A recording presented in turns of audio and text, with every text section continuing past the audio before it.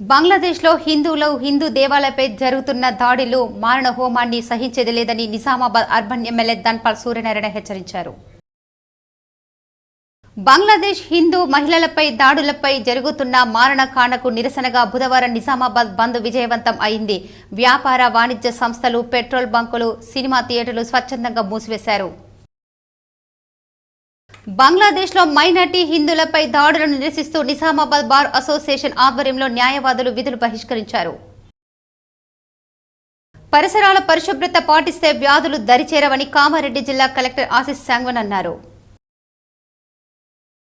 ఏర్గట్ల మండల కేంద్రంలో ఓ వేప చెట్టుకు సీఎం ముఖ్యమంత్రి కావాలని గతంలో ముడుపు కట్టామని, ప్రస్తుతం దానిని విడిపించేందుకు సీఎం రేవంత్ రెడ్డిని పిలిపించుకురావాలని డీసీసీ ఉపాధ్యక్షుడు శివకుమార్ బోధన్ ఎమ్మెల్యే సుదర్శన్ రెడ్డిని కోరారు. నిజామాబాద్ మున్సిపల్ కార్యాలయంలో పనిచేస్తున్న అధికారులపై వస్తున్న ఆరోపణల నేపథ్యంలో పలువురు అధికారులను కమిషనర్ మకరంద్ బదిలీ చేశారు.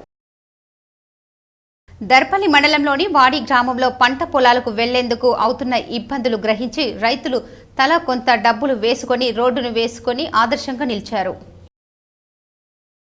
నగరంలోని శివాజీ నగర్లో గల జిల్లా ఉపాధి కార్యాలయంలో నిరుద్యోగులకు నిర్వహించిన జాబ్ మేళకు విశేష స్పందన లభించింది.